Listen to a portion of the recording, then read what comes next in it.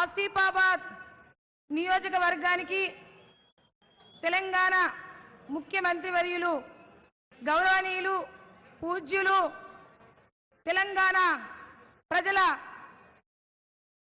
ఆశాజ్యోతి తెలంగాణ ప్రజల గొంతుక డైనామిక్ లీడర్ తెలంగాణ ప్రజల బిడ్డ ఈ రోజు గౌరవనీయులు రేవంత్ రెడ్డి గారు మన ఆసిఫాబాద్ నియోజకవర్గానికి రావడం చాలా చాలా చాలా ఆనందంగా ఉంది।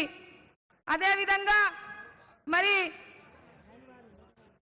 మన ఇన్ఛార్జి ఆదిలాబాద్ ఇన్ఛార్జి మంత్రివర్యులైనటువంటి సమ్మక్క సారక్క వారసురాలు పులిబిడ్డ సీతక్క గారికి మరి సభాధ్యక్షులు విశ్వప్రసాద్ అన్న గారికి మరి మన అందరికీ వేదికపై ఉన్నటువంటి డిసిసిలు ఇన్ఛార్జీలు మరి వేదికపై ఉన్నటువంటి ప్రతి ఒక్కరికి కూడా పేరు పేరున పాదాభివందనాలు తెలియజేస్తూ అదే విధంగా ఈ రోజు జనజాత్రకి విచ్చేసిన అన్నలకి అక్కలకి తమ్ముళ్ళకి అందరికీ కూడా శిరసు వంచి పాదాభివందనాలు తెలియజేస్తున్నాను।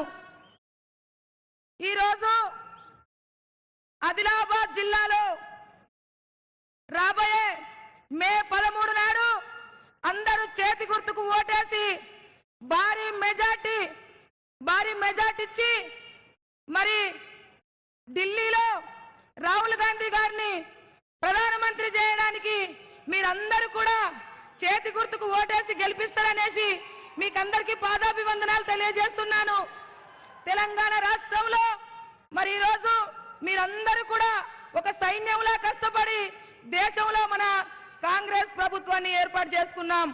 మరి రాష్ట్రంలో ఏర్పాటు చేసుకున్నాం, దేశంలో కూడా కాంగ్రెస్ ప్రభుత్వాన్ని ఏర్పాటు చేసుకుంటే మన దేశం బాగుపడుతుంది, మన ప్రాంతం కూడా బాగుపడుతుంది, మన రాష్ట్రం బాగుపడుతుంది। కాంగ్రెస్ పార్టీ అంటే ప్రజల పార్టీ, బడుగుల పార్టీ, బలహీనుల పార్టీ। కాంగ్రెస్ పార్టీ అంటేనే ప్రజల పార్టీ। మనం చూస్తున్నాం గౌరవనీయులు రేవంత్ రెడ్డి గారు మరి ఏ విధమైనటువంటి పరిపాలన చేస్తున్నారో మనం చూస్తున్నాం। మనం గతంలో చూసినా బీఆర్ఎస్ పరిపాలన ఎలా ఉండేనో చూసినాం, ఇప్పుడు మరి ప్రజల వద్దకే పరిపాలనను తీసుకుపోతున్నాం। మరి ఈరోజు ప్రతి ఒక్కటి 6 గ్యారెంటీలతోటి మనం ముందుకొచ్చినాం।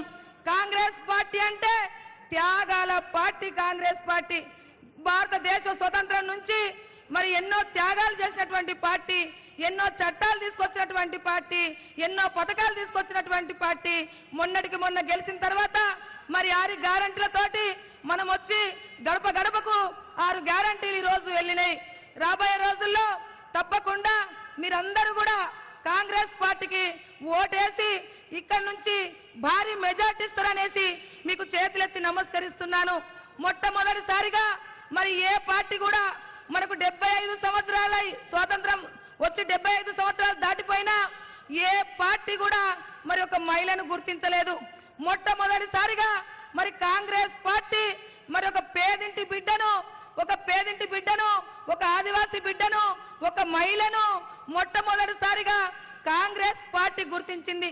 కాంగ్రెస్ పార్టీ గుర్తించినందుకు జాతీయ కుటుంబానికి, రాష్ట్రీయ కుటుంబానికి, మా ముఖ్యమంత్రి గౌరవనీయులు రేవంత్ రెడ్డి గారికి మరోసారి పాదాభివందనాలు తెలియజేస్తూ ఈ ఆదిలాబాద్ పార్లమెంట్ నుంచి తప్పకుండా రాహుల్ గాంధీ గారికి గిఫ్ట్ ఇవ్వడానికి నా ప్రజలందరూ కూడా సిద్ధంగా ఉన్నారనేసి నేను రేవంత్ అన్న గారికి నేను తెలియజేస్తున్నాను।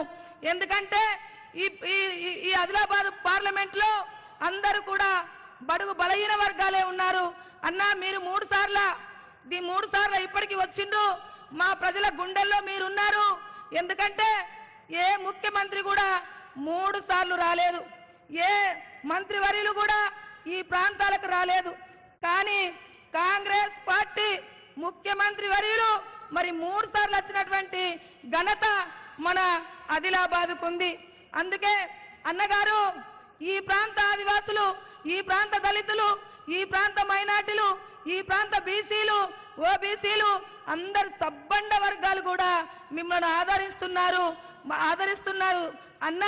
తప్పకుండా ఇక్కడి నుంచి భారీ మెజార్టీ ఇస్తారనేసి నేను కోరుకుంటున్నా।